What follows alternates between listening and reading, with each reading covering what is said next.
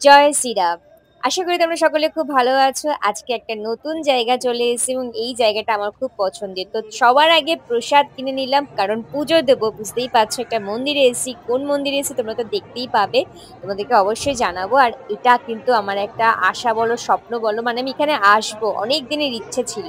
আর এটা একদম সত্যি কথা, যতক্ষণ না তিনি আমাদের ডাকবেন তার দর্শন পেতে, ততক্ষণ কিন্তু আমরা কেউ যেতে পারবো না।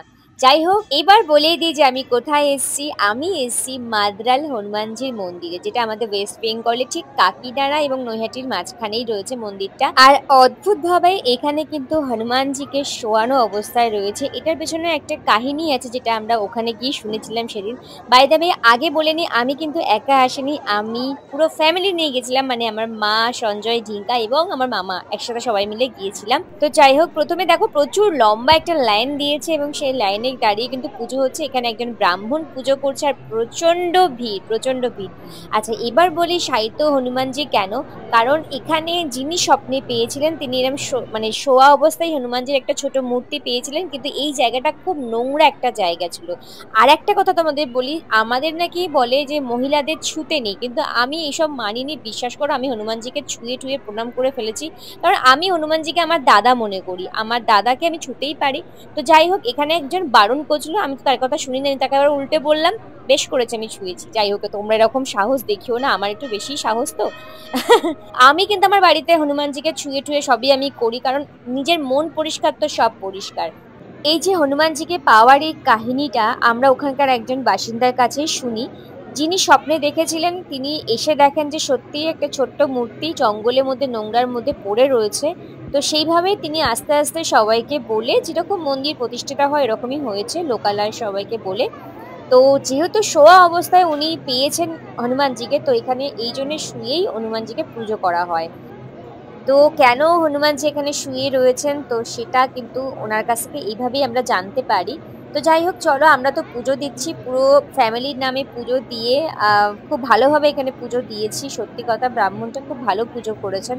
আর সব থেকে বড় কথা, তোমরা কিন্তু এখানে খুব শান্তিতে পুজো দিতে পারবে। যতই ভিড় হোক না কেন, পুজোটা কিন্তু খুব শান্তিতে দেওয়া হয়। তো আশা করি যারা গেছো তারা জানো, আর যারা যাওনি একবার ঘুরে এসো, খুব ভালো লাগবে এখানে।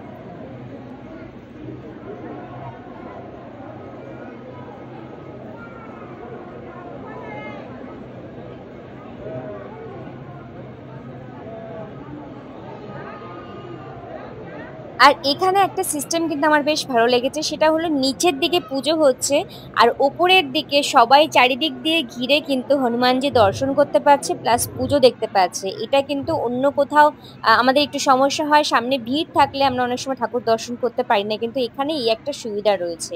আর তাই তোমরা হয়তো অনেক সময় আমাকে দেখতে পাচ্ছ ভিডিওতে উপর দিকে তাকিয়ে আছি। অ্যাকচুয়ালি সঞ্জয় দা উপর থেকে ভিডিও করছিল, কারণ আমি বলেছিলাম আমার ফুল ভিডিও দরকার। হনুমানজিকে দর্শন করার পরেই আমরা আরো একটা জিনিস দর্শন করতে পেলাম, সেটা হলো প্রভু শ্রীরামের বানানো সেই রাম সেতুর ভাসমান পাথর। কি আশ্চর্য জিনিস না, অদ্ভুত লাগে দেখতে। জয় শ্রীরাম। কি ভালো মন্দির দর্শন করলাম আমরা। অনেক অনেক মন্দির আছে, হনুমানজিকে তো ভালো করে পুজো পুজো দিলাম। আর এখানে এখন যাচ্ছি আমরা অন্নকূট মন্দিরে। এই দেখো, অন্নপূর্ণা, সরি, অন্নপূর্ণা মন্দির। এটা কি সুন্দর, দেখো। এটা মা মা হয় না। তোমরা এখানে এলে যে শুধুমাত্র হনুমানজিরই দর্শন পাবে এরকম নয়, এখানে এলে কিন্তু অনেকটা হাতে সময় নিয়ে আসতে হবে, কারণ অনেক মন্দির রয়েছে। এখন আমরা যাচ্ছি অন্নপূর্ণা মন্দিরের কাছে, এবং অন্নপূর্ণা মন্দিরের বাইরেটা এখন অনেকটা তৈরি হচ্ছে। আর মন্দিরের ভেতরে আমরা দর্শন পেলাম শিব বাবা এবং মাতা পার্বতী। তো এখানকার সব মন্দিরে কিন্তু ফটো ভিডিও এগুলো করাই যায়, এগুলো নিয়ে কোনো চাপ নেই, কোনো বারণ নেই।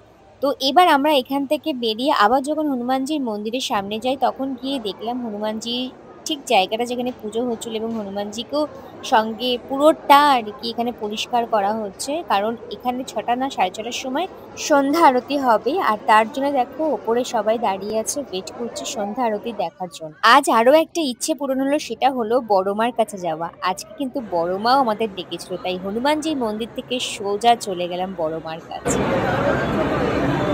জয় মা বড় মা।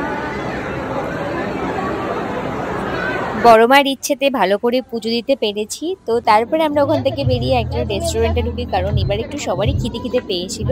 তো সামান্য স্ন্যাক্স নিয়ে নিয়েছিলাম সবাই মিলে, আর আমি নিয়েছিলাম একটা সুন্দর আইসক্রিম। আর আমার এই আইসক্রিমের ভাগ কিন্তু সবাই পেয়েছে, কারণ সবাই টেস্ট করেছে। কিন্তু সারাদিন সব কিছু ঠিক থাকার পরও লাস্টে গিয়ে সঞ্জয়দের মাথা পুরো খারাপ হয়ে গেছে, একটা আইসক্রিম নিয়ে কি ভুলভাল বকে গেছে। তোমরা শুধু দেখো, আর তার আগে দেখে নাও রেস্টুরেন্টটা কত সুন্দর।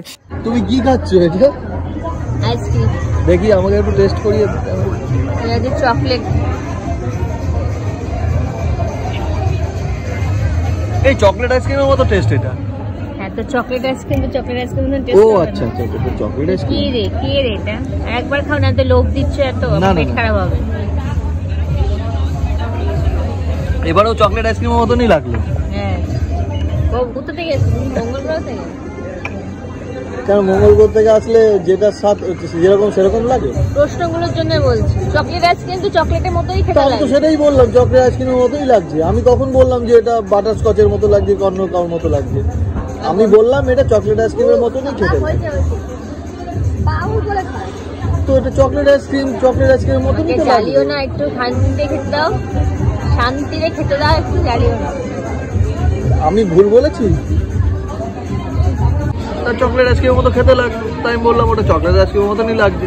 তো বলছে ওটা চকলেট আইসক্রিমই তো। আমি মিথ্যেটা কথাই বললাম। ঠিক আছে, আপাতত আমি খাই।